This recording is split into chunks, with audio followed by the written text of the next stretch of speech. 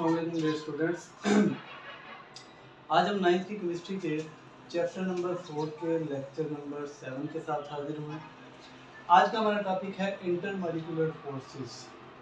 Intermolecular forces क्या हैं, इसके बारे में डिस्कस करते हैं। इससे पहले हम बात कर चुके हैं आयनिक बॉन्ड की, कोवेलेंट बॉन्ड की, coordinate covalent bond, metallic bond. ये सारी चीज़ें हमने डिटेल से डिस्कस की हैं। अच्छा, आयनिक बॉन्ड जो है वो बनता है आयंस के दरमियान, पॉजिटिव और नेगेटिव आयंस के दरमियान। और जो कोवेलेंट बॉन्ड है वो किस वजह से बनता है? वो इलेक्ट्रॉन की शेयरिंग की वजह से। जैसे हमने पढ़ा था HCl, इसमें हाइड्रोजन और क्लोरीन इलेक्ट्रॉन शेयर करते हैं। और इसी तरह से जो हमारे पास कोऑर्डिनेट कोवेलेंट बॉन्ड है वो किस वजह से क्रिएट होता है? वो उसमें क्या होता है, इलेक्ट्रॉन का पेयर एक एटम डोनेट करता है। इस तरह से हमने पढ़ा है मेटेलिक बॉन्ड के बारे में। मेटेलिक बॉन्ड जो है वो किस वजह से बनता है? वो मोबाइल और फ्री इलेक्ट्रॉन है।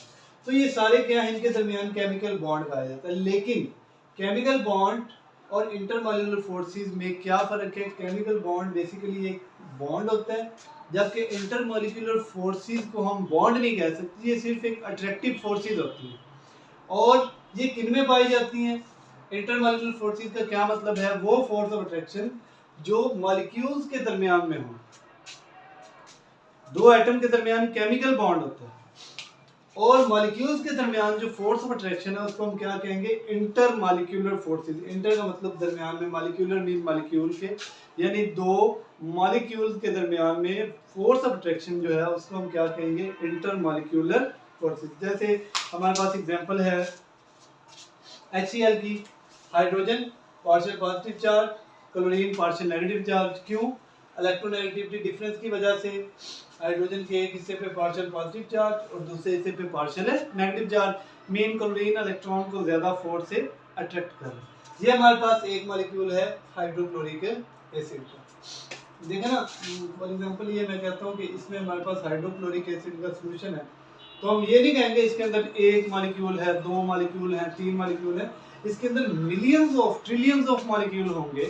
तो हम यहाँ बात कर रहे हैं कि ये हमारे पास एक मॉलिक्यूल है HCl का, पार्शियल पॉजिटिव और पार्शियल नेगेटिव चार्ज। इसके दरमियान क्या होगा? इसके दरमियान कोवेलेंट बॉन्ड होगा। ये हमारे पास दूसरा मॉलिक्यूल है HCl का और ये हमारे पास थर्ड मॉलिक्यूल है HCl का। अब ये मॉलिक्यूल जो है ये कैसे आपस में जुड़े हुए हैं? ये फोर्स ऑफ अट्रैक्शन की वजह से। वो वीक फोर्स ऑफ अट्रैक्शन जो दो मॉलिक्यूल को, अब देखें इसका पार्शियल नेगेटिव वाला हिस्सा इसके पार्शियल पॉजिटिव वाले हिस्से से अट्रैक्ट है, इसका भी पार्शियल नेगेटिव वाला हिस्सा इसके भी पार्शियल पॉजिटिव वाले हिस्से से अट्रैक्ट है। तो ये जो अट्रैक्शन है, वीक फोर्सेस ऑफ अट्रैक्शन जो मॉलिक्यूल्स के दरमियान होती है, उसको हम कहते हैं इंटरमॉलिक्यूलर फोर्सेस। ये जैसे ये मैंने यहाँ पे बताया कि ये डॉटेड से इंटरमॉलिक्यूलर फोर्सेस है। और ये क्या चीज है? ये केमिकल बॉन्ड है। तो केमिकल बॉन्ड जो है वो बहुत स्ट्रांग होता है। जैसे ये देखें HCl है, इसका केमिकल बॉन्ड ब्रेक करने के लिए 430 किलो जूल पर मोल एनर्जी रिक्वायर्ड है। क्यों? क्योंकि ये ज्यादा स्ट्रांग है। या तो ये शेयरिंग की वजह से बना होगा, या तो फिर ये किस वजह से बना है? ये आयंस की फॉर्मेशन की वजह से बना है। इसी तरह से ये जो इंटरमॉलिक्यूलर फोर्सेस हैं, अगर हमारे पास हाइड्रोक्लोरिक एसिड का 1 मोल है तो उसकी इंटरमॉलिक्यूलर फोर्सेस ब्रेक करने के लिए जस्ट कितनी एनर्जी रिक्वायर्ड है? 17 किलो जूल पर मोल। इसका क्या मतलब है कि केमिकल बॉन्ड जो है वो ज्यादा स्ट्रांग होते हैं और इंटरमॉलिक्यूलर फोर्सेस जो है वो बहुत वीक होती है। उनको तोड़ने के लिए बहुत कम एनर्जी चाहिए होती है। आगे चलते हैं, डाइपोल फोर्स ऑफ अट्रैक्शन। तमाम इंटरमॉलिक्यूलर फोर्सेस जो हैं वो कलेक्टिवली कहलाती हैं वंडर वाल फोर्सेस। क्या कहलाती हैं? वंडर वाल फोर्सेस। वंडर वाल फोर्सेस कहलाती हैं। और इसकी दो टाइप्स हैं हमारे पास। टाइप्स तो बहुत है, यहाँ पे हम दो डिस्कस करेंगे। एक हमारे पास डाइपोल फोर्स ऑफ अट्रैक्शन है, दूसरी हमारे पास हाइड्रोजन बॉन्डिंग है। तो dipole force of attraction is the type of intermolecular forces. Dipole, अब पोल जो है, यहाँ पे पोल का लफ्ज है। पोल का मतलब होता है किनारे। अब ये पोल कैसे क्रिएट होता है? डाई का मतलब दो, यानी दो पोल। दो पोल से क्या मुराद है? एग्जांपल लेते हैं हाइड्रोक्लोरिक एसिड की। हाइड्रोजन की इलेक्ट्रोनेगेटिविटी 2.2, क्लोरीन की इलेक्ट्रोनेगेटिविटी 3.2। यानी क्लोरीन ज्यादा फोर्स से, मैं ऐसे कह देता हूँ कि क्लोरीन क्या करेगा ज्यादा फोर्स से हाइड्रोजन के वैलेंस शेल में 8 इलेक्ट्रॉन और क्लोरीन के वैलेंस शेल में 7 इलेक्ट्रॉन, 1 2 3 4 5 6 और 7। क्या करेगा, क्लोरीन जो है वो ज्यादा फोर्स से इलेक्ट्रॉन को अपनी तरफ अट्रैक्ट करेगा, इसकी इलेक्ट्रोनेगेटिविटी ज्यादा है 3.2, इसकी क्या है 2.2। हमने क्या पढ़ा था, जहां पे इलेक्ट्रोनेगेटिविटी का डिफरेंस आ जाए वहां पे एक हिस्से पे पार्शियल पॉजिटिव चार्ज क्रिएट हो जाता है और जो इलेक्ट्रॉन को ज्यादा फोर्स से अट्रैक्ट कर रहा है उसके ऊपर पार्शियल नेगेटिव चार्ज। यानी आप कह सकते हो कि ये दो पोल बन गए, तो इसको क्या पढ़ेंगे, डाइपोल।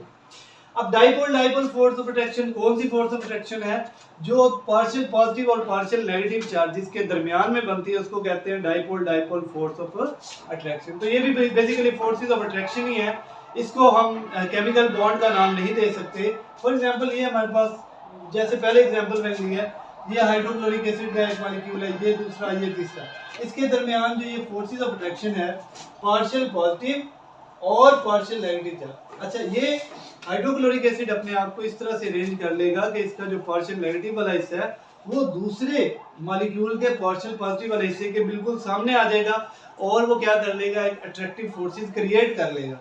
जैसे ये हाइड्रोक्लोरिक एसिड, इसका पार्शियल नेगेटिव वाला हिस्सा इसके पार्शियल पॉजिटिव वाले हिस्से को अट्रैक्ट करेगा, इसी तरह से ये हाइड्रोक्लोरिक जो है इसका पार्शियल नेगेटिव वाला हिस्सा इसके पार्शियल पॉजिटिव वाले हिस्से को अपनी तरफ अट्रैक्ट करेगा और ये क्या करेगा, बॉन्ड बना, ये फोर्सेस ऑफ अट्रैक्शन क्रिएट हो जाएंगी, जिनको हम क्या कहेंगे, डाइपोल फोर्सेस ऑफ अट्रैक्शन।